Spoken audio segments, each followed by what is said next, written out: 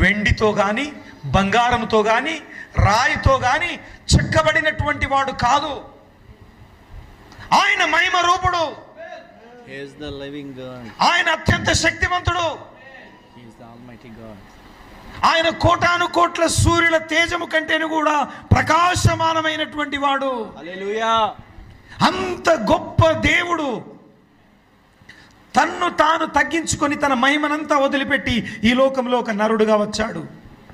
మన కోసం చనిపోయాడు. నువ్వు దేవునికి ప్రాణం పోసుడు కాదు, దేవుడే నీ కోసం ప్రాణం పోసాడు. యోహాను సువార్త 10వ అధ్యాయం 10వ వచనంలో చెప్తున్నాడు, దొంగతనమును హత్యను నాశనము చేయుటకు గాని మరి దేనికి రాడు. నేను గొర్రెలకు చెప్పండి జీవం ఇచ్చుటకు వచ్చి ఉన్నాను. ఆయన జీవం ఇచ్చే దేవుడు. దేవునికి నువ్వు జీవం